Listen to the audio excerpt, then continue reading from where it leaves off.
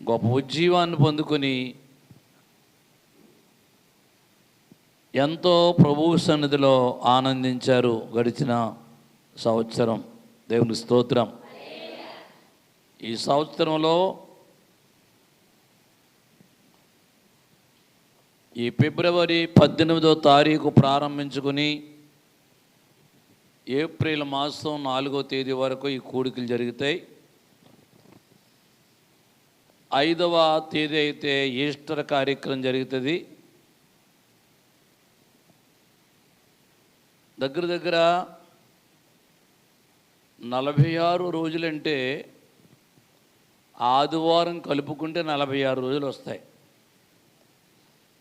ఆదివారం మనం మైనస్ చేస్తే కరెక్ట్గా 40 రోజులే వస్తాయి ఈ శ్రమ దినాలు. అందుకే ఆదివారం రోజు శ్రమ దినాలు లెక్కల్లో పెట్టుకోరు న్యాయంగా. ఆ రోజు ఏ వర్తమానం ఇచ్చినా పర్వాలేదు, ఎవరి గురించి వాక్యంలో మాట్లాడుకున్నా పర్వాలేదు, సోమవారం నుండి శనివారం వరకు మాత్రం ఈ జాన్ కూడికలు ఉంటాయి. మనకే కాదు, ప్రతి సంఘంలో కూడా జరుగుతాయి. సాధారణంగా పూర్వపు రోజుల్లో పెంతెకోస్తు సంఘాలు ఆచరించేవారు కాదు. ఎక్కువగా ఏ సంఘాలు ఆచరించాయంటే ఈ శ్రమ దినాలు Catholic, Roman Catholic, Luther mission, GDM సంఘాలు, ఇంకా సెవంతరి అని కొన్ని సంఘాలు ఉన్నాయి, వాళ్ళు మాత్రం ఆచరించేవారు. ఎందుకు పెంతెకోస్తు సంఘాలు ఆచరించి కాదంటే అది విగ్రహారాధనకు సంబంధించి జరుగుతున్నాయి. యేసయ్య మరణం పొందాడనే మాట నిజం.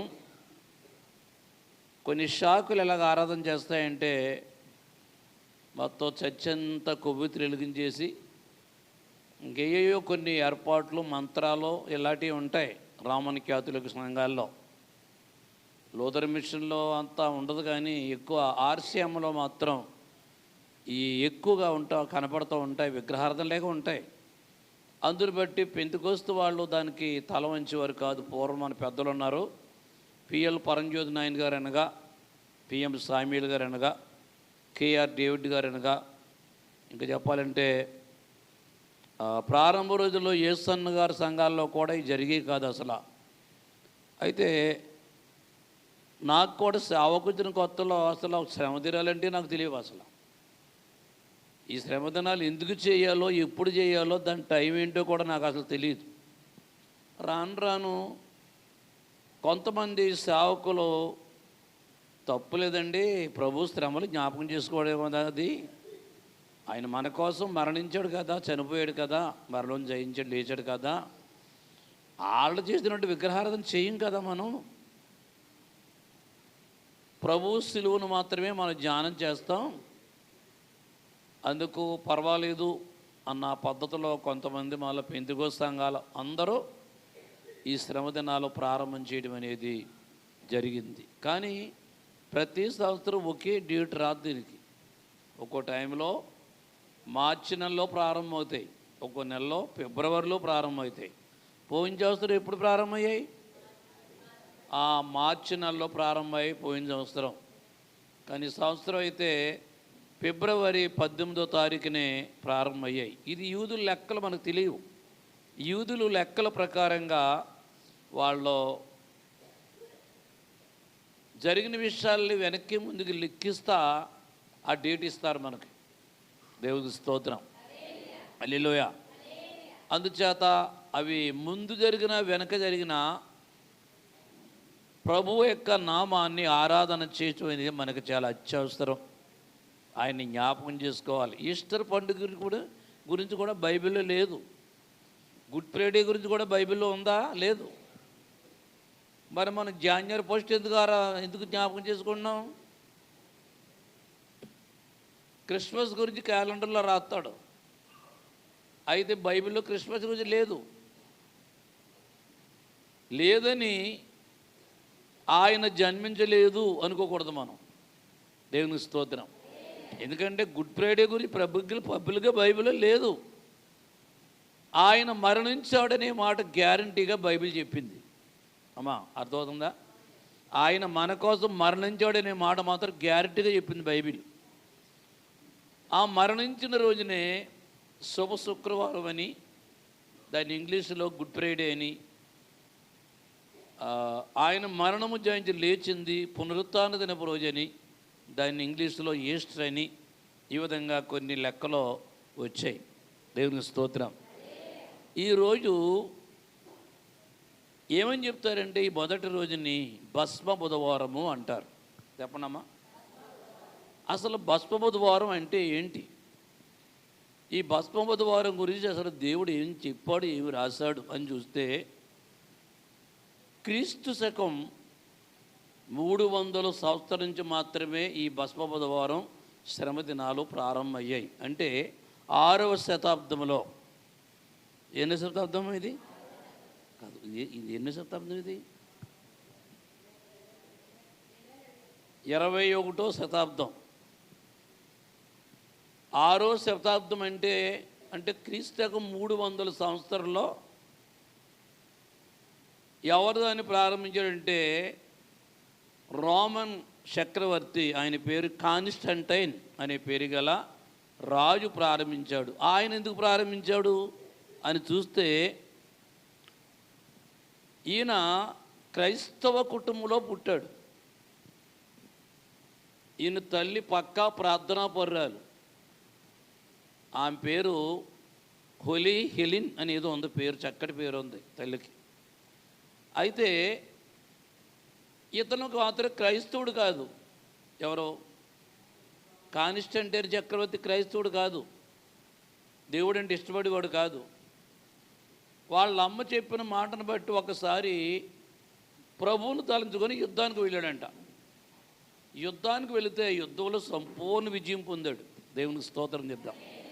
ఎప్పుడైతే సంపూర్ణ విజయం పొందాడో అప్పుడు అనుకున్నాడో క్రీస్తులో మహిమ ఉంది, ఆయన శక్తి కలిగిన దేవుడే, నాకు తెలియలేదు ఈ సంగతి అనే ఉద్దేశాన్ని బట్టి దేవుని మీద నమ్మకం వహించి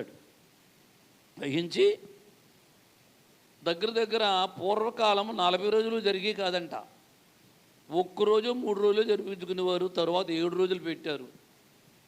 అయితే రాను 40 రోజులు అనేది ఆయన ఉపవాసం 40 రోజులు ఉన్నాడు కదా. ఎవరో యేసయ్య ఉన్నాడు. ఎన్ని రోజులు ఉన్నాడమ్మా? 40 పగల్లో 40 రాత్రులు కనీసం పచ్చి మంచులు తాగకుండా గాలిని ఆహారంగా పీల్చుకుని, అమ్మా అర్థమైందా? గాలిని మాత్రమే ఆయన ఆహారంగా పీల్చుకుని ఎక్కడున్నాడు ఆయన ఉపవాసం? ఇంట్లో కాదు, అరణ్య ప్రాంతంలో. అదంతా అరణ్య ప్రాంతంలో ఆయన ఉపవాస ప్రార్థన చేశాడు 40 పగల్లో రాత్రులు. ఎప్పుడు సాతాను శోధించదు, కానీ ఉపవాసం కరెక్ట్గా ఉండాలని అని నువ్వు అనుకున్నావు అనుకో, నీ దగ్గరికి చేరుతుంది ముందేది. అర్థమైందమ్మా? ఉపవాసం ఇప్పుడు 40 రోజులు మీరు కరెక్ట్గా ఉంటారని నేను చెప్పట్లేదు మీకు. ఏంటి ఉంటే ఉండొచ్చు పౌరుషం గలవాళ్ళు. రెండోది శరీరంలో కూడా సత్తు ఉండాలి. శరీరంలో సత్తు లేకుండా ఉపవాసం ఉన్నావు అనుకో, కళ్ళు తిరిగి పడిపోతావు. ఏమన్నా అయిందనుకో పాటగారి మీదకి వచ్చేది కేసు. ఈ పాటగారు ఏర్పాటు చేసాడు ఉపవాసాలు, ఈ మనిషిలాగా అయిపోయి బలహీన రోజులు అయిపోయింది అని ఎవరికి వస్తుంది పేరు ఎప్పటికీ. అందుకే నేను చెప్తాను, ఇప్పటికీ ఏమంటానంటే, మీరు ఉపవాసం అన్నా లేకపోయినా అన్ని కూటాలకి రండి, పాలు పొందండి.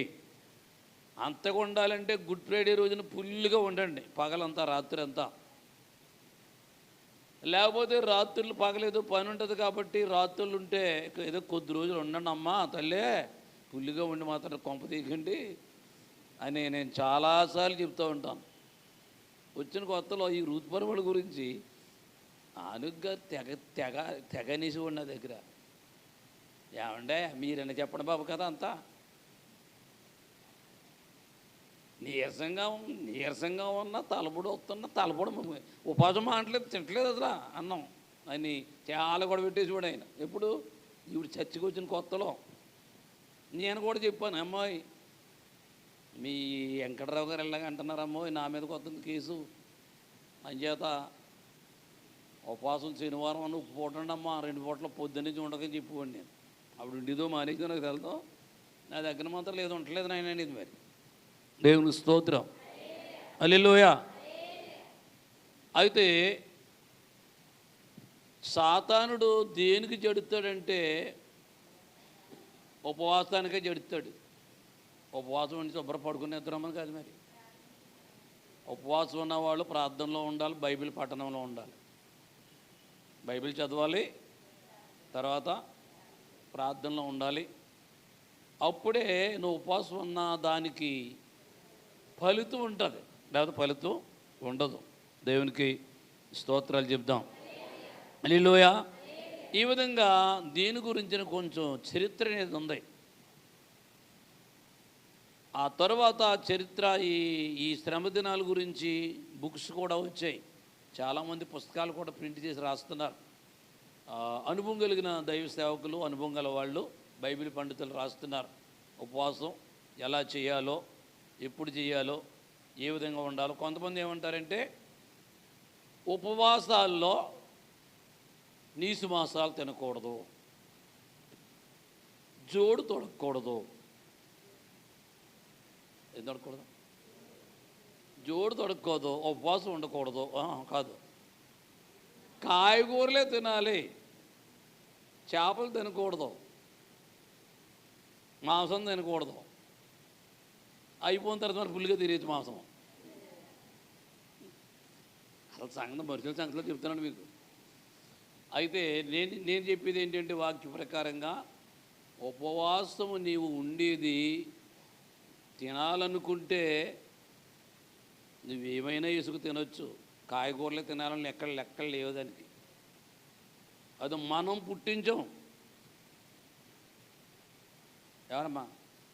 మనమే పుట్టించుకున్నాం. ఇది కాయగూరలో తోటి తినాలి, ఆ 40 రోజులు తింటే మాంసాహారాలతో భోజనం చేయకూడదు అనే సంగతి మనమే పుట్టించాం. దేవునికి స్తోత్రం. సరే, మరి టైం సరిపోదు, కొన్ని విషయాలు ముందు చెప్తాను మీకు. భస్మము అంటే ఏంటి? బూడిద. చెప్పండి అందరూ. భస్మం అంటే ఏంటి? బూడిద. అసలు బూడిద అంటే ఏంటి, ఈ భస్మం అనేది అసలు ఎందుకు వచ్చింది అని బైబిల్లో మనం చూస్తే, మానవుడు చేసిన పాపములన్నీ కూడా బూడిద కావాలి, భస్మం అవ్వాలి, నశించాలి, నాశనం అయిపోవాలి. దానికి గుర్తుగా భస్మ బుధవారం అనేది దేవుడు తెలియజేశాడు. దేవునికి స్తోత్రం. బైబిల్లో కొంతమంది మనం చూస్తే వాళ్ళు ఉపవాసం ఉండి గోని పట్ట నెత్తిని కాళ్ళ నుంచి తల వరకు చుట్టుకుని తల మీద బూడిద వేసుకున్నారు. చెప్పండి, ఎందుచేత?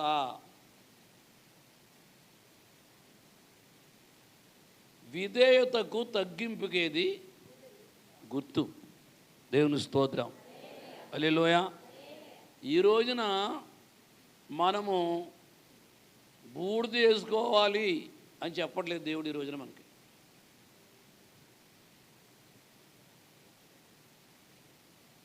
ఉపవాసాలు ఉన్నప్పుడు మాత్రం కరెక్ట్గా ఉండి, ఉపవాసాలు 45 రోజులు అయిపోయిన తర్వాత మామూలుగా వ్యవహరించే వాళ్ళు ఉంటారు కొంతమంది. కారణం ఏంటి? అయిపోయాయి కదా, అయిపోతే బురదలో దిగిపోతావా? పాపమని బురదలను. అది కూడా కరెక్ట్ కాదు. దేవునికి స్తోత్రం. ఇంకా చెప్తాను, దీన్ని లెంటు దినములు అంటారు. ఏం దినాలు? లెంటు అనే మాటకి సంప్రదాయ ఆచారము.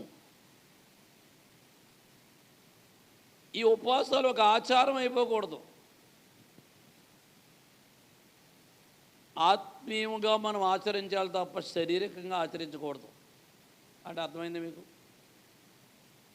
ఆత్మీయంగా ఆచరించడం అంటే ఏంటి?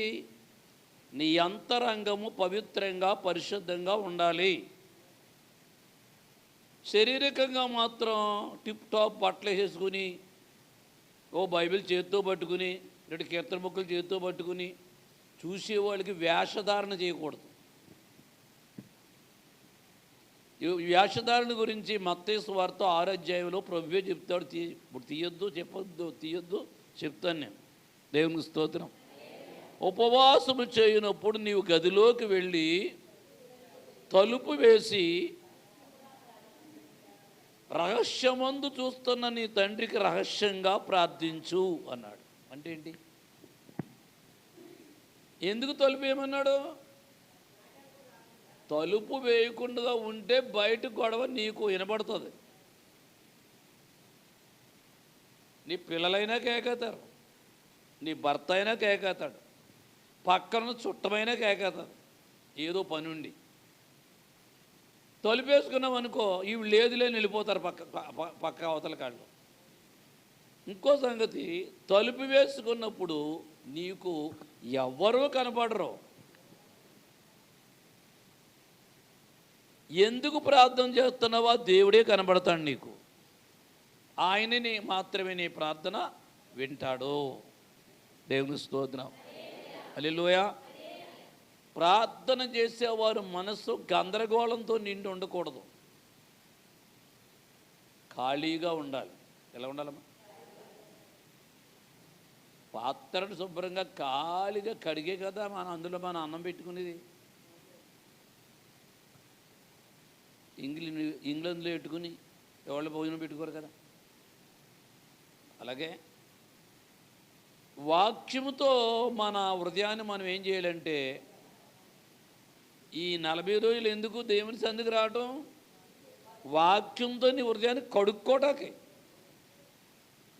ఆ కాంజోబు మాత్రమే వాక్యం వినేసి ఇంటికి వెళ్ళాక వెళ్తానే దెబ్బలాడితే వెళ్ళావు అనుకో, నువ్వు ఈ 40 రోజుల ఉపవాసం ఉన్నావు ఒకటే.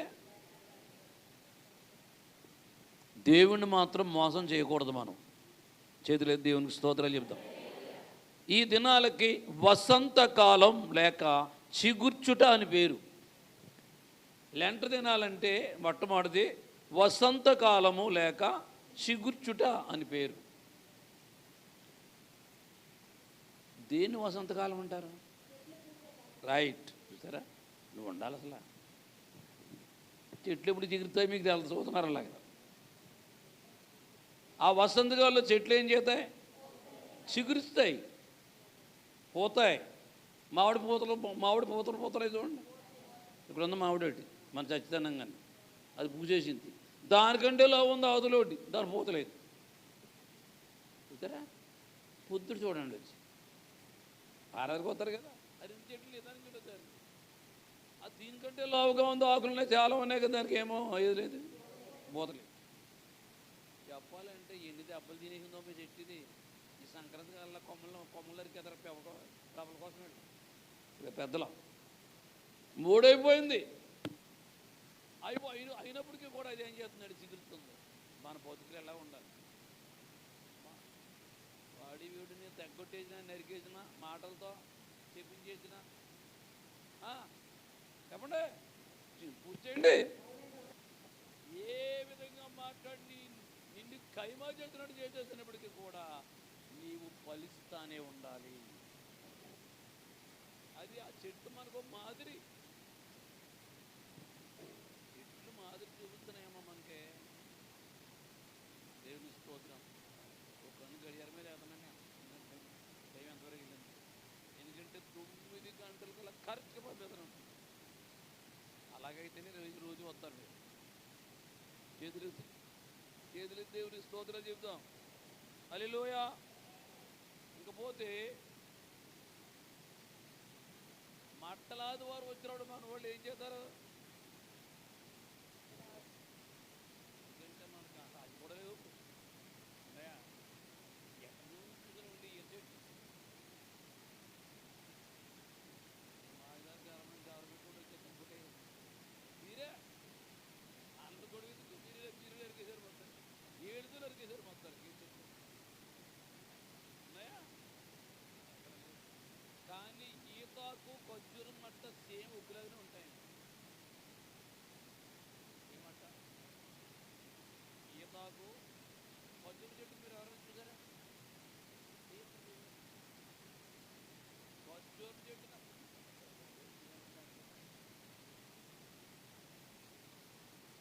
సేమ్ ఏ చెట్లే ఉంటుంది, కానీ ఏ చెట్టు పెద్ద నాకు పెద్దది.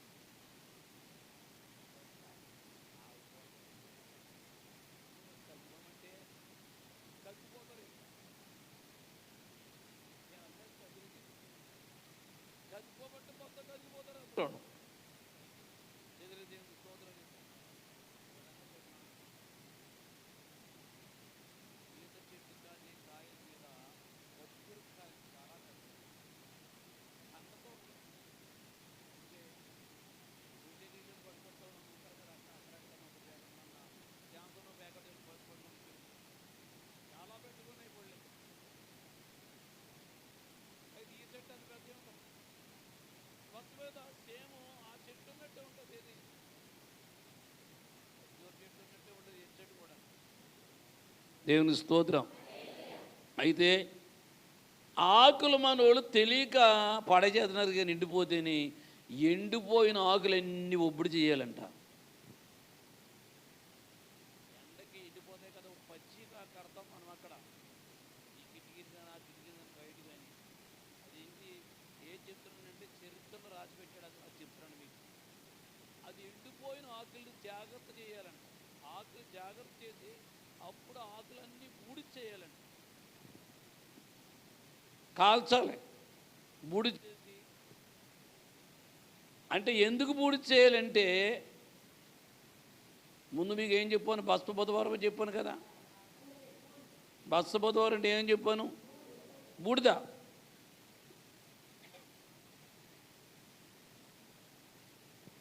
ఈ బూడిదకి సాదృశ్యంగా ఉంది. వీలైతే పూర్వీకులు ఆ బూడిదే గోను సంచి చుట్టుకొని నెత్తినేసుకొని కన్నీళ్లతో పశ్చాత్తాపంతో ప్రార్థన చేసేవారంట. అంటే మనం బూడిద ఉబ్బుడి చేసి సరిపోద్దు, కానీ 4 రోజులను మనం నెత్తినేసుకోమని లేదులేండి. దేవుని స్తోత్రం. హల్లెలూయా. ఇంకా చెప్పాలంటే ఈ బూడిద దేనికి గుర్తు అంటే పశ్చాత్తాపానికి గుర్తు. ఇంకా చెప్పాలంటే తగ్గింపుకి గుర్తు, పశ్చాత్తాపానికి గుర్తు. మొర్దెకై పరిశుద్ధ గ్రంథంలో మనం చూస్తే ఎస్తేరు గ్రంథంలో మొర్దెకై చేసిన పని రాశాడు. అని ఏమని రాశాడంటే, ఓసారి ఎస్తేరు గ్రంథం తీయండి. ఆయన చేసిన పని నుండి మీకు 4 అధ్యాయాలను చూపిస్తాం. మీకు ఎస్తేరు గ్రంథం 4 అధ్యాయమేనా? 4 అధ్యాయమే. మొదటి వచనాన్ని చదవండి ఒకసారి. ఎస్తేరు గ్రంథం 4వ అధ్యాయం 1వ వచనం. జరిగినదంతయో తెలియగానే మొర్దెకై తన బట్టలు చింపుకొని గోనె పట్ట వేసుకొని బూడిద పోసుకొని పట్టణము మధ్యకు బయలు వెళ్ళి మహాశోకముతో రోదనము చేసి రాజు గుమ్మము ఎదుటికి వచ్చెను. గోనె పట్ట కట్టుకొనిన వాడు రాజగుమ్మము ప్రవేశింపకూడదన్న ఆజ్ఞ కలదు. క్లియర్గా రాశాడు ఇక్కడ, చూడండి బైబిల్ అందరూ.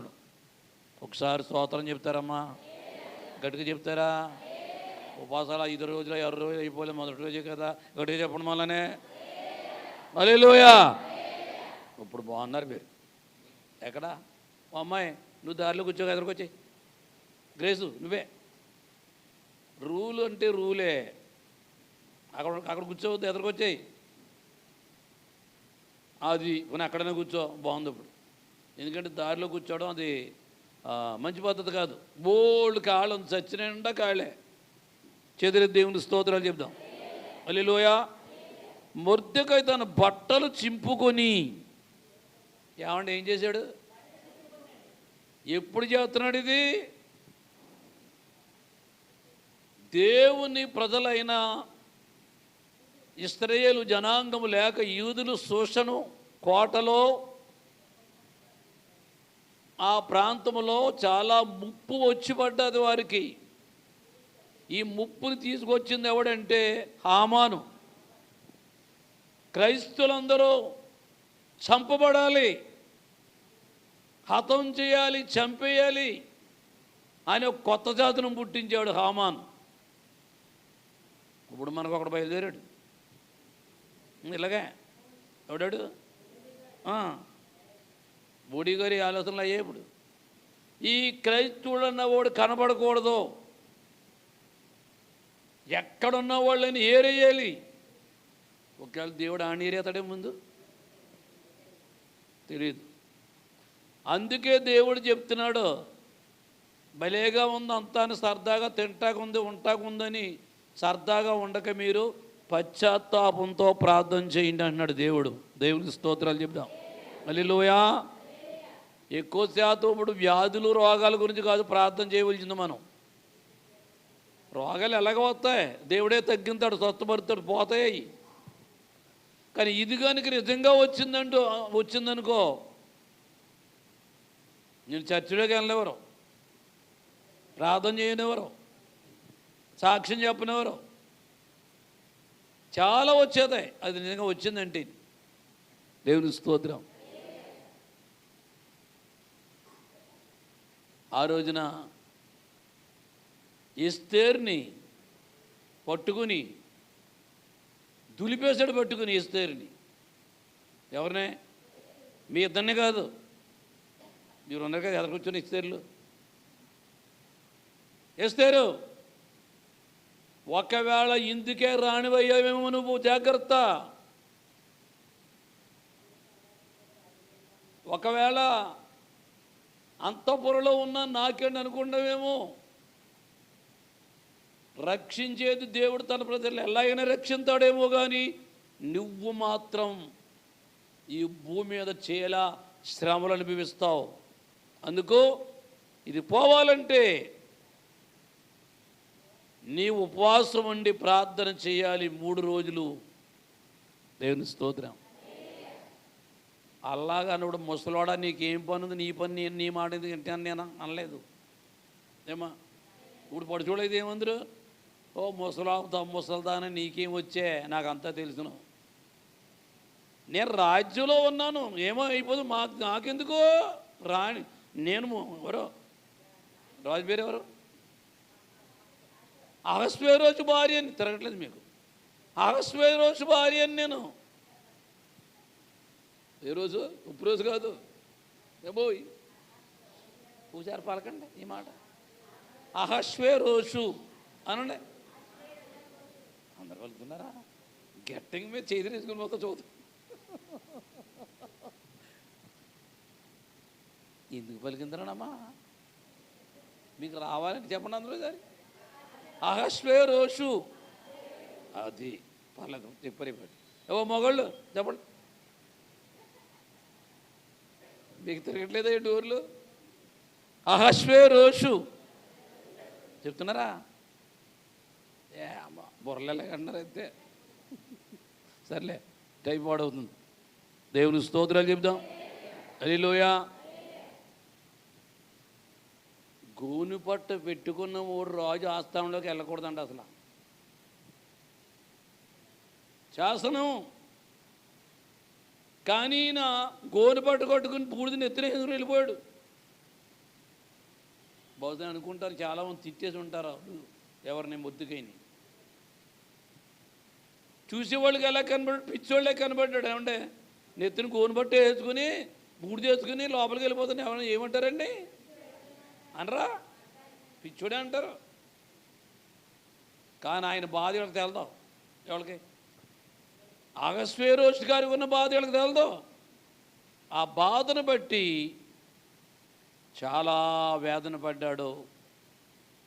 ఎస్తేరు కూడా పశ్చాత్తాపంతో చెలికత్తులందరినీ పురికొల్పి ప్రార్థన చేసింది 3 రోజులు. రాజు దగ్గరికి వెళ్ళే టైం కాకపోయినా వెళ్ళిపోయింది ధైర్యంగా. ఏదో అయిపోద్ది అనుకుంది అంతే. నన్ను చంపేస్తాడు రాజు, పర్లేదు, ఆయన కాళ్ళ దగ్గర చచ్చిపోయినా పర్వాలేదు, ప్రజల బతికి తీసుకోవాలనుకుంది.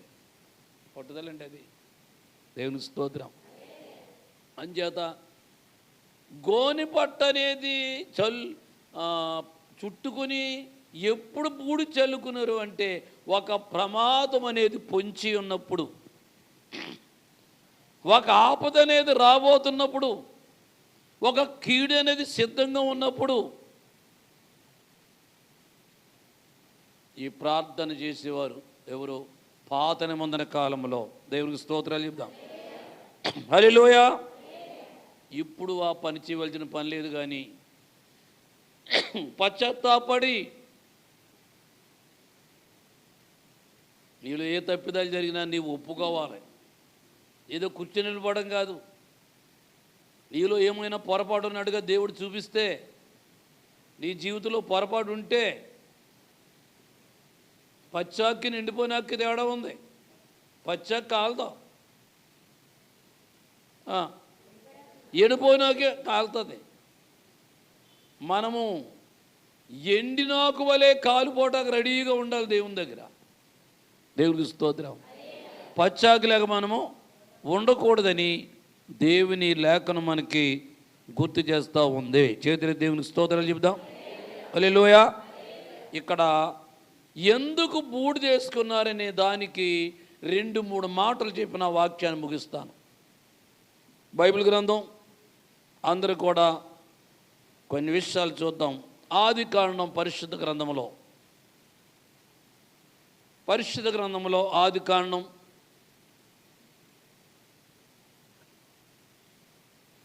18వ అధ్యాయం 27వ వచనం. అందుకు అబ్రహాము, ఇదిగో ధూళియు బూడిదనైనా నేను ప్రభువుతో చాలు. ఇశ్రాయేలు జనాంగానికి మూల పురుషుడు అబ్రహాం. ఆ జాతికి మూల పురుషులు ఎంతమంది? 3. అబ్రహాము, ఇస్సాకు, యాకోబు. దేవునికి స్తోత్రం. వీరందరికంటే మొట్టమొదటి ఎవరు? ఆయనే పితరుడు. ఇస్సాక్కి ముందు దేవుడు పిలిచాడు అబ్రహాముని. నేను నీకు చూపించే దేశాలకు బయలుదేరు. చెప్పలేదు దేశం ఏంటో, ఎప్పుడు బయలుదేరలో చెప్పలేదు. బయలుదేరు. ఆయన తండ్రి ఉండగా అబ్రహాంతో దేవుడు మాట్లాడలేదు. తండ్రి పేరు ఎవరు? తెరహు. చెప్పండి అందరూ. తెరహు. తండ్రి ఉండగా మాట్లాడలేదు. తండ్రి చనిపోయిన తర్వాత మొదలెట్టాడు మాట్లాడటం. కారణం ఏంటి? తండ్రి లోకానుసారముగా విగ్రహారాధికుడు. విగ్రహాలు చేసి అమ్ముకునేవాడు. అదే ఆయన వ్యాపారం. తండ్రితోనే ఉండిపోయాడు అబ్రహాం. అందుకే దేవుడు అబ్రహాంతో మాట్లాడలేదు. ఆయన చనిపోయిన తరువాత తండ్రి చేసిన పనికి అనుమానం వచ్చేసి, మా నాన్న బొమ్మలు పూజించాడు, అమ్మాడు, చేశాడు, నిజంగా దేవుడు ఎవరో? అవే చితగొట్టేదే మాట్లాడేది బూడిదైపోయాయి అన్నిని. ఇంతకెవరు దేవుడు? అన్వేషించాడంట, ఆలోచించాడంట. నిజానికి దేవుడన్నా ఉండే నాతో మాట్లాడాలి, ఆయన్నే నమ్ముతాను అని ఆలోచన చేస్తూ ఉండగా దేవుని స్వరం వినపడ్డది అబ్రహాంకి. దేవునికి స్తోత్రాలు చెప్దాం. హల్లెలూయా. అబ్రహాం చరిత్ర ఎలాంటిదంటే సాధు సుందర్ సింగ్ చరిత్ర లాంటిది. చరిత్ర తెలుసుకుంటే సాధు సుందర్ సింగ్ కూడా 5 సంవత్సరాల వయసులో కంట చేసాడు భగవద్గీత. ఎన్నేళ్ళ వయసులో? 5 ఏళ్ళ వయసులో. మన పిల్లలు ఏం చేస్తారా? ఆడుకోవడం కాదు, పచ్చిబూతులు తిడతారు. ఏం తిడతారు? పచ్చిబూతులు తిడతారు, దెబ్బలాడికి వెళ్తారు, అన్నీ చేస్తారు వాళ్ళు 5 ఏళ్ళ వయసులో. నువ్వు సరిగ్గా కంట్రోల్ చేయలేదని ఇంకా రేట్ చేసుకుంటారు. ఆ వయసులో భగవద్గీత కంట చేశాడంటే సాధు సుందర్ సింగ్. చిక్కు మతస్థుడు, పక్కా బేపనోడు. అమ్మోయ్, పక్కా బేపనోడు అది ఎలా ఉంటాడు? అన్నీ వచ్చి ఇంకా దేవుని స్తోత్రం. దేవుడు మాట్లాడాడు. ఇప్పుడు మాట్లాడేంటి ఆయనతో? మాట్లాడేటప్పటికి ఆయనకి 75 ఏళ్ళు వయసు. అప్పటికి పెళ్ళయింది. శారమ్మే భార్య. నేను నీకు చూపించి తెస్తాను, బయలుదేరాడు నడక. ఎంత దూరం నడిచాడు? 750 మైళ్ళు కాలినడకే. ఏమి నడకమ్మా? కాలినడకే. ఏంటి మరి పొడిచోడంటే నడిచాడు అనుకోవచ్చు. ఏమ్మా విన్నారా? పొడిచోడంటే పోయి నడిచాడు, ఓపికలో ఉన్నాడు అనుకోవచ్చు. 75 ఏళ్ళ వయసులో నడిచాడా? ఇప్పుడు పొడిచోడు నడమంటే అమలమ్మరు వెళ్ళి రామ కథ నడిచే. అయ్యా నడువు లాగేస్తుందండి బాబాయ్ గారు, నాకు నడువు లాగేస్తుందండి, కాళ్ళు నొప్పులండి. ఎన్ని చెప్తారో మరోళ్ళు. దేవుని స్తోత్రం. వెళ్ళి టైం బాబు అబ్రహాము ఏ ఊరు వెళ్తున్నావేంటి నీ భార్యను తీసుకుని అని నాలాంటి ఎదురయ్యాడు అనుకో, అడిగాడు అనుకో, తెలియదంటే ఏమంటారా? నువ్వు రోడ్డు వెళ్ళిపోతున్నావు, ఎత్తేరు ఎక్కడికి వెళ్తున్నావు ఎవరైనా అడిగారు నిన్ను, తెలియదంటే ఏమంటారా? ఓ పిచ్చ ఎక్కిందా నీకు? ఎక్కడ పిచ్చదేమో ఇస్తారు అనుకోరా? దేవుని స్తోత్రం. అలాంటి అబ్రహాం అన్నాడు. ఆయనతో మాట్లాడిన తరువాత ఆయన చెప్పే మాట ఏంటంటే 27 వచనంలో, అందుకు అబ్రహాము, ఇదిగో ధూళి బూడిదనైనా నేను ప్రభుతో మాట్లాడ తెగించుచున్నాను. ఏమంటాడో? ధూళి బూడిద. అబ్రహాం గారు ధూళి బూడిదంట. మరి నువ్వెవరో? నువ్వేమై ఉన్నావు? ఏమా? మన బతుకు ధూళే. ఏమా? మన బతుకు బూడిదే. అందుకే బూడిద నెత్తిని చల్లుకున్నారు వాళ్ళు.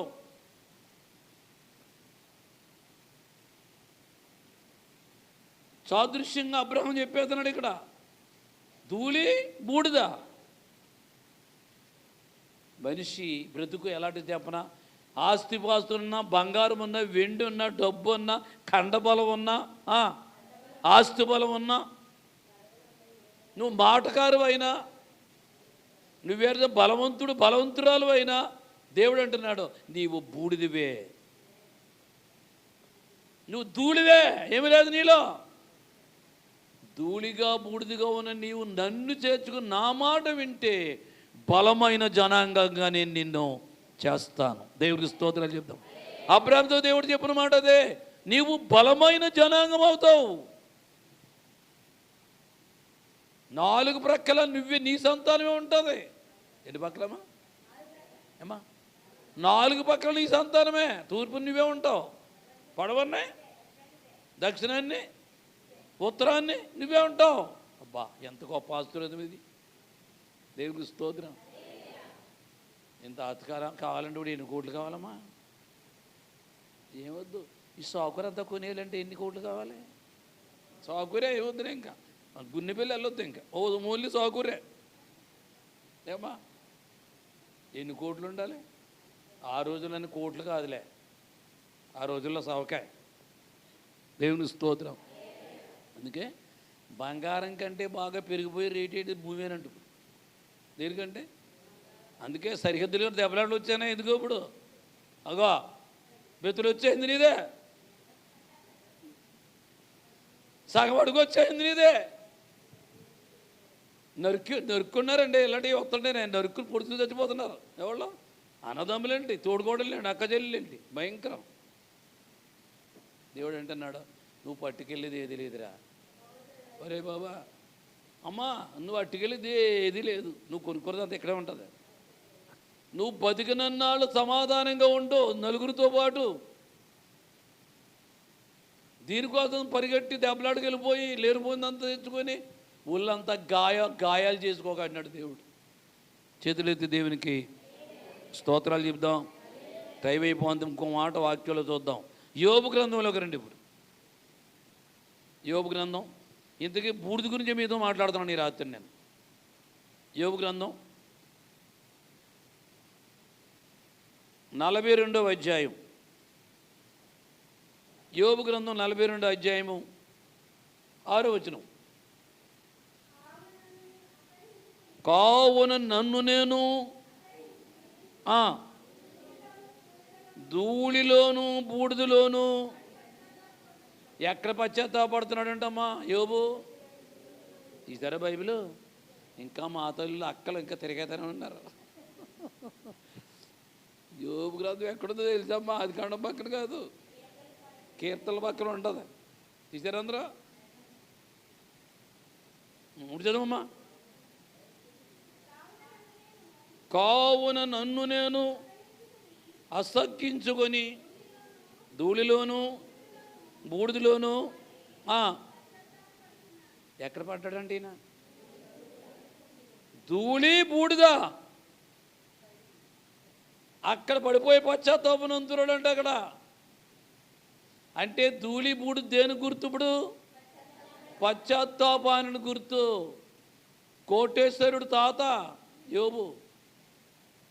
తూర్పు దిక్కుని ఈయనలాంటి జమీందారే ఎవడో లేడు. దేవుని స్తోత్రం. అలాంటి యోబు ఎక్కడికి వెళ్ళిపోయాడు? ఇప్పుడు బూడిదలోకి వెళ్ళిపోయాడు. బోళాస్తుంది ఏమా, వేల కొలది గాడిదలు, మేకలు, గొర్రెలు, ఒంట్లు, గాడిదలు, ఎద్దులు, దోళ్ళు.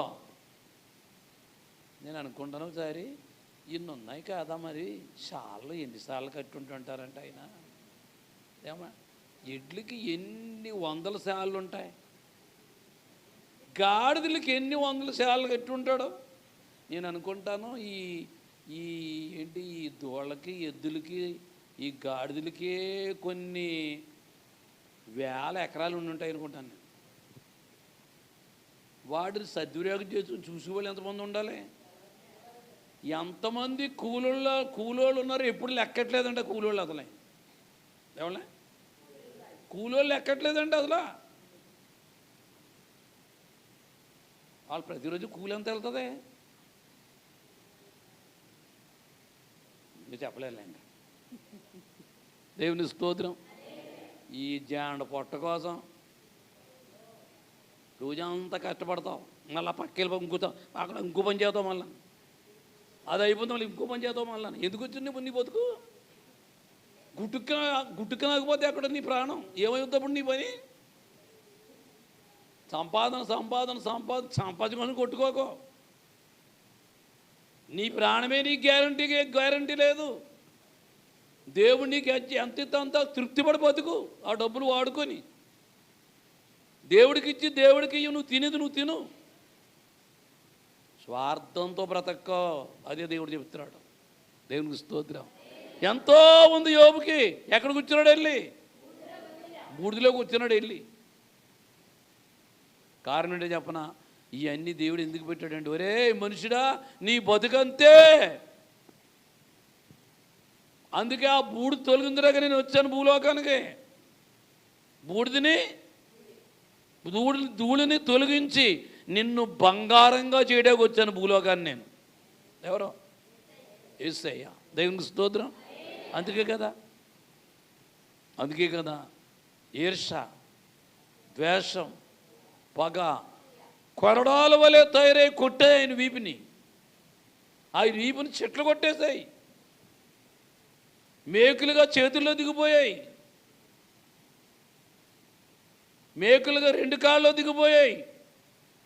ఇదంతా ఏంటనుకుంటున్నావు? నీకు కలిగిన ధూళి బూడిదే. ఆయన్ని బాధించాయని వాక్యం చెప్తూ ఉంది. దేవునికి స్తోత్రం. మీరు ఇంటికి వెళ్ళాక ఖాళీ ఉన్నప్పుడు యోబు గ్రంథం 38 అధ్యాయం, 39 అధ్యాయం, 40 అధ్యాయం, 47 అధ్యాయం వరుసగా చదవండి. ఇప్పుడు కాదు, తెల్లారితో ఇప్పుడు చదివితే. ఇంటికి వెళ్ళిన తర్వాత మీకు తీరిగ్గా ఉన్నప్పుడు ఈ శ్రమ దినాల్లో చదవండి. 4 అధ్యాయాలు చెప్తాను, రాసుకోవడం కాలుతుంది. నేను చెప్పిన అధ్యాయాలు అవన్నీ చూస్తే నువ్వు నిజంగా బూడిదివే, నువ్వు నిజంగా మట్టివే.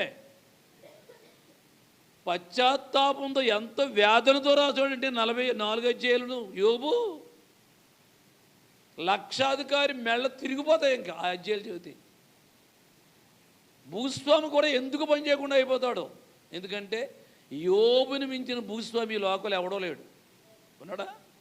ఎక్కడన్నా ఉన్నాడా? ఎక్కడ లేడు అసలు. దేవునికి స్తోత్రాలు చెప్దాం. ఇంకా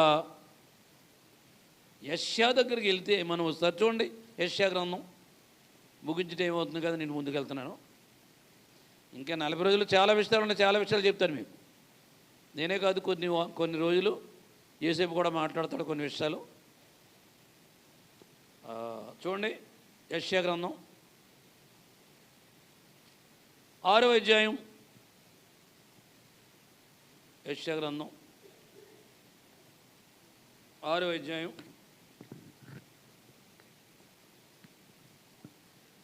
5వ వచనం.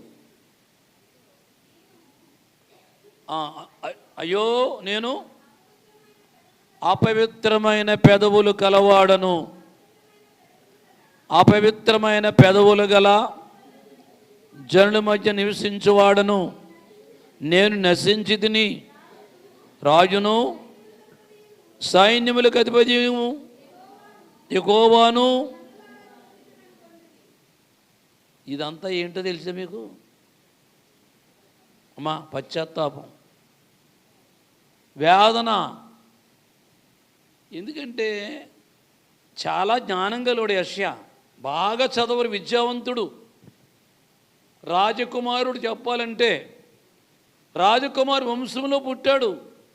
ఈయనకంటే ముందు ఒక రాజు చనిపోయాడు. వినండి ఈ మాటలో. ఆ రాజు పేరు ఎవరంటే ఉజ్జియా. చెప్పండి, హిజ్కియా కాదు.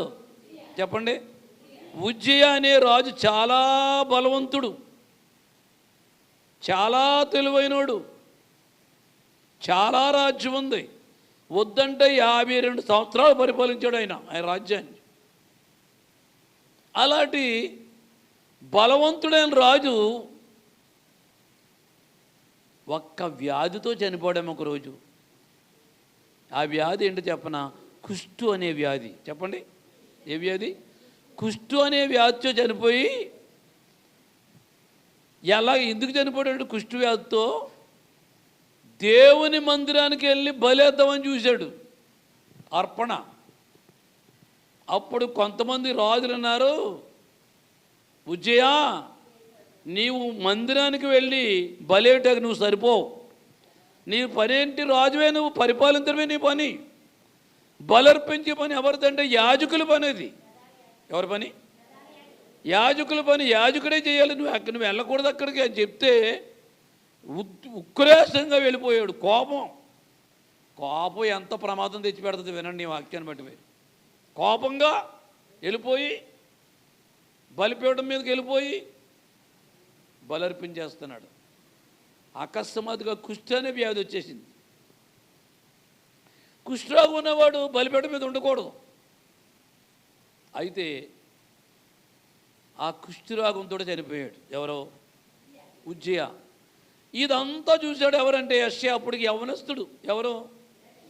20 ఏళ్ళు, బహుశా 19, 18 ఏళ్ళు ఉంటాయన్నమాట యెషయాకు అప్పుడు. ఇదంతా చూశాడు. ప్రవ్వా, అంత పేరుగాంచిన రాజు ఎందుకు చనిపోయాడు? అంత అధికారం కలిగిన బలవంతుడైన రాజు ఎందుకు చనిపోయాడు అనుకొని పశ్చాత్తాపం ఉంది. నేను మాత్రం బతుకుతానా? అల్లడి రాజు చచ్చిపోతే నేనే చనిపోతాను. ఆవేదన కలిగి, పశ్చాత్తాపం కలిగి, దుఃఖం కలిగి, కన్నీళ్లు కాచి ఏడుపు ప్రారంభించాడు. ఏం చేస్తున్నాడమ్మా? ఏడుస్తున్నాడు. మనిషికి కలిగిన దాన్ని బట్టి గర్వించడం కాదు, అతిశయపడిపోవడం కాదు. ఇక్కడ చూపిస్తున్నాడు యెషయా మనకి ఎలా వేదన పడుతున్నాడు చూడండి. అయ్యో, అపవిత్రమైన పెదవులు గలవాడను, అపవిత్రమైన పెదవులు గల జనుల మధ్య నివసించేవాడను. ఏమన్నాడు? నేను అపవిత్రుణ్ణి, నా చుట్టూ ఉన్న ప్రజలందరూ అపవిత్రులే. ఎంత బలాత్యుడైన రాజే చనిపోయాడు అని వేదన పడుతున్నాడు. ఈ వేదన దేవుడు చూశాడు. దేవుడికి స్తోత్రాలు చెప్తాం. ఏం చూశాడమ్మా? ఆయన పడుతున్న పశ్చాత్తాప వేదన చూసి అప్పుడు ఏం జరిగిందంటే, అప్పుడు ఆ శరాపులలో ఒకడు తాను బలిపీఠం మీద నుండి కారుతో తీసిన నిప్పు చేత పట్టుకొని నా యొద్దకు ఎగిరి వచ్చి నా నోటికి దాన్ని తగిలించి. ఎవరంటే వస్తా? షరాబ్ అంటే దేవదూత కాదు. షరాబ్కి వద్దంటే 12 రెక్కలు ఉంటాయంట. మామూలు దేవదూత 4 ఉంటాయి. కెరూబులకి అయితే 6 ఉంటాయి. ఈ షరాబ్ అనేవాళ్ళకి మొత్తం 12 రెక్కలు ఉంటాయంట. ఎంగాని ఎన్ని రెక్కలు? 12 రెక్కలంటే అగ్గితో మండిపోతూ ఉంటాడంట ఆ దేవదూత. ఎలాగా? దేవుడు ఎలా అగ్గితో మండిపోతాడు, ఆయన అలా అగ్గితో మండిపోతూ ఉంటాడంట. అలాంటి దేవదూత యెషయా దగ్గరికి వచ్చి ఏం తగిలించాడు? అగ్గి తగిలించాడంట. అంటే ఈయన అగ్గిలో కాలిపోతూ ఉంటాడో ఆ అగ్గి పెదాలకు తగిలించాడు. ఎవరికి? ముగించేద్దాను. యెషయా పెదాలకు తగిలించి అప్పుడు అంటాడు, నీవు ఇక అపవిత్రుడు కావు. ఏమన్నాడు? ఎందుకంటే దేవుని అగ్ని పేదాలకు తగిలింది కాబట్టి నీవు అపవిత్రుడు కావు, నీవు శుద్ధుడు అయిపోయావు. ఇంకేమంటాడు కింద? ఇది నీ పెదవులకు తగిలిన గనుక నీ పాపం ప్రాయశ్చిత్తమయ్యను, నీ దోషము తొలగిపోయేను అనిను. ఈ మాటలు బట్టి నీకేమర్థమవుతుంది చెప్పండి? వేదనతో పశ్చాత్తాపడ్డాడే కానీ చెప్పాలంటే యెషయా పరిశుద్ధుడే కానీ పాపం అనేది ఆయనలోకి ఉన్నప్పటికీ పరిశుద్ధాత్మను ఇంకా పట్టుకుంటుందండి. ఈ పరిశుద్ధాత్మని అగ్గి తగిలిన వెంటనే నీతిమంతుడిగా తీర్చబడ్డాడు. ఎవరు? యెషయా. దేవునికి స్తోత్రం. అపవిత్రత అనేది దేనికి గుర్తు? అదే బూడిద, ధూళి, చెడుగు. ఈ చెడుకి ఇది గుర్తుగా కనబడుతుంది. చేతులెత్తి దేవునికి స్తోత్రాలు చెప్తాం. మరి ఇంతకీ ఈ కోటాల్లో మనం చేయవలసింది ఏంటో చెప్పండి. ఇప్పుడు దీన్ని బట్టి మీరు పశ్చాత్తాపడాలి. ఒకవేళ నాలో ఏ తప్పుదేమో లేదు, నీతిగా నేను నిజాయితీగా నేను ఉన్నాను, కరెక్ట్గా ఉన్నాను అనుకోకూడదు. నీకు తెలియని పొరపాట్లు ఉంటాయి. చూపే పాపం, తలంపే పాపం, ఆలోచనే పాపం, నడకే పాపం, చేసే పనులే పాపం. తెలియదు మనకి. ఉపవాసాల్లో ఏదో సరదాగా వచ్చేసి కూర్చుని వెళ్ళిపోవడం కాదు. ప్రభువా, నా కోసమే బలయ్యావు, రక్తం కాచావు, నేను పాపిని, ఎన్నో తప్పిదాలు నాలో ఉన్నాయి నాయన, నా తప్పిదాలను తొలగించు, దాన్ని పరిశుద్ధపరచు, నీతిమంతులుగా నన్ను తీర్చు అని దేవుని దగ్గర మనం ఏం చేయాలంటే యెషయా వలే, అబ్రహాము వలే, ఇంకెవరి గురించి చూసాం, యోబు వలే. ఇంకో సంగతి చెప్పడం మీకు టైం లేదు. మరి యోనా కూడా ఆయన ప్రవచిస్తుంటే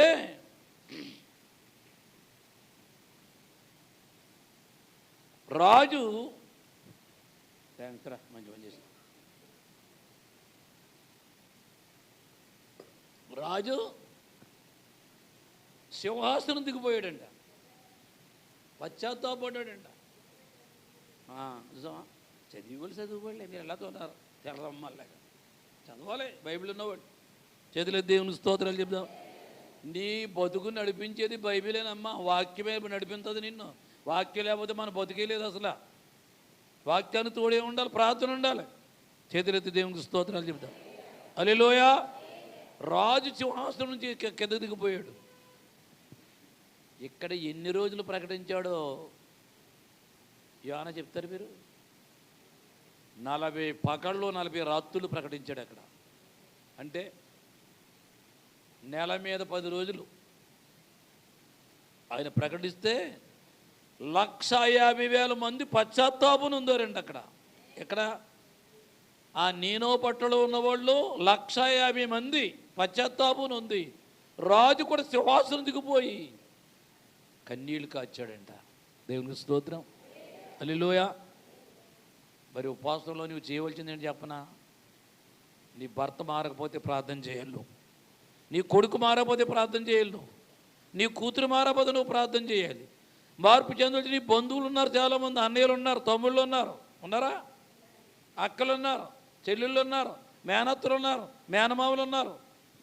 వీళ్ళందరి కోసము ఈ 40 రోజుల ఉపవాసంలో మనం చేయవలసింది ఏంటి? కూర్చొని వెళ్ళిపోవడం కాదు, ప్రార్థన చేయాలి, వర్ర పెట్టాలి. ఇప్పుడు కూటమి అయిపోయింది, వెళ్ళిపోతారు మీరు. రేపంతా కాడే కదా. ఇక్కడి నుంచి వెళ్ళిపోయిన తర్వాత కూడా టైం ఉంటే 10 నిమిషాలు ప్రార్థన చేసుకోవచ్చు మీరు. దేవునికి స్తోత్రం. నేను ముగిస్తున్నాను, టైం అయిపోయింది కదా. అందుకు ఈ 10 నిమిషాలు ఉందా, 10 నిమిషాలు ప్రార్థన చేసుకుని ముగించుకుందాం.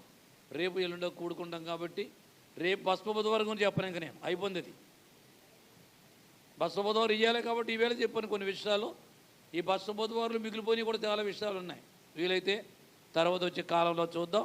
రేపు నుంచి వేరే వేరే అంశాలు సిరువు ధ్యానం గురించి ఉంటాయి. మనం ప్రార్థన చేద్దాం, వాక్యం విందాం, పశ్చాత్తాపడతాం. మనం 3 దేశాలు పని లేదు, కానీ పశ్చాత్తాపడి ప్రభుత్వంలో ప్రార్థన చేద్దాం. యోనా చేసిన ప్రార్థన మైండ్లో పెట్టుకో.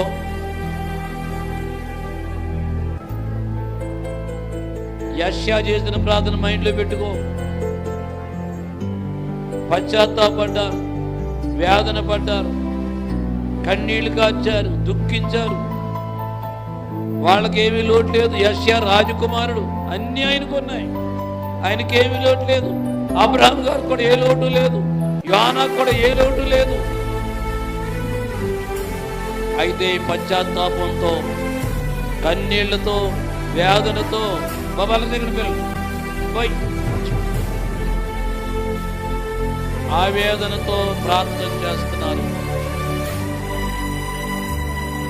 ఈ 40 రోజుల కోటాలను ప్రార్థన చేయాలి, పశ్చాత్తాపడాలి, వేదన పడాలి. ఊడి చేసుకోవాల్సిన పని లేదు, బట్టలు చింపుకోవాల్సిన పని లేదు, కానీ నీలో తప్పిదాలుంటే ఒప్పుకోవాలి.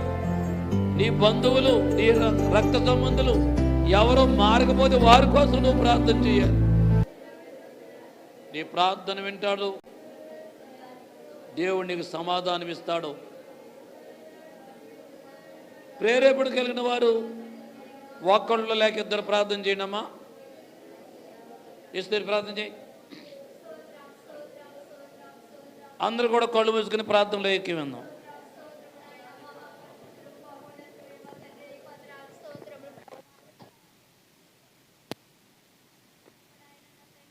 ఈ నూతన సంవత్సరంలో ప్రభు ఇదిగా నాయన నా ప్రభు, నాయన నా తండ్రి ప్రభు ఫిబ్రవరి 18వ తారీఖులో ప్రభు ఇక నాయన నా యేసై సిలువ ధ్యానము కూటంలో ప్రభు ఈ మొదటి కూటాన్ని ప్రభు యేసై ఇంతవరకు నాయన నా ప్రభు మీరు ఎంతగానో ఉండి ప్రభు నడిపించిన విధానం బట్టి మీకు వందనాలు స్తోత్రములు ప్రభు.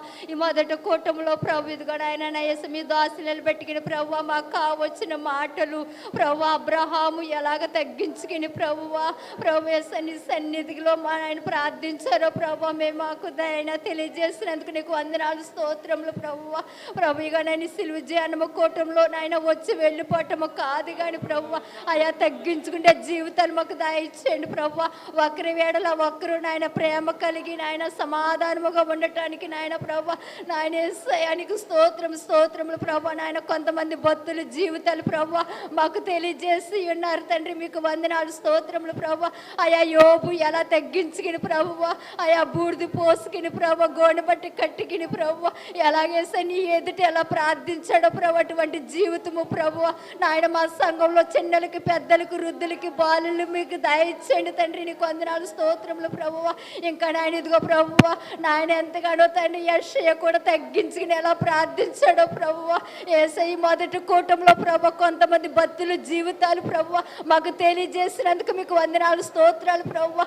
ఆ విధంగా నేను ఈ సిలువ ధ్యాన కూటంలో ప్రభువా నాయన మాకు మేమే తగ్గించుకుని ప్రభువా నా ప్రభు నీ వాక్యానికి లోబడి ప్రభువా తను నీకు తల వంచి నాయన ప్రభు నీలో విధేతలుగా నిలవటానికి సహాయం దయచేయండి ప్రభు. ఇంకా నాయన అనేక మర్మాలతో నాయన తండ్రి మీ దోసుల నోటి నుండి మాతో మాట్లాడిన ప్రభు ఇక ఈ మొదట కోటాను ప్రభు మీరు అద్భుతంగా మీరు జరిగించినందుకు మీకు వందనాలు స్తోత్రాలు ప్రభు. ఇంకా ఈ కోటాలో ప్రారంభంలోకి ఆఖరి వరకు నాయన తండ్రి అనేక మర్మాలతో నాయన ప్రభు మాతో సూటుగా స్పష్టంగా మాట్లాడు ప్రభు. ఈ కూడుకులో ప్రభుగా నేను ఈ సమయాన్ని ప్రభు నాయన తండ్రి నాకు దయచేసినందుకు నీకు కృతజ్ఞతాస్తుతులు స్తోత్రాలు చెల్లిస్తూ ఈ వాక్యాన్ని నాయన మా హృదయంలో నాయన నాటింపబడి వాక్సంసారంగా జీవించే భాగ్యాన్ని మాకు అందరికి దయచేసి మీరే ఘనత మహిమ ప్రభావాలు పొందమని అడుగుచున్నాము తండ్రి, ఆమేన్.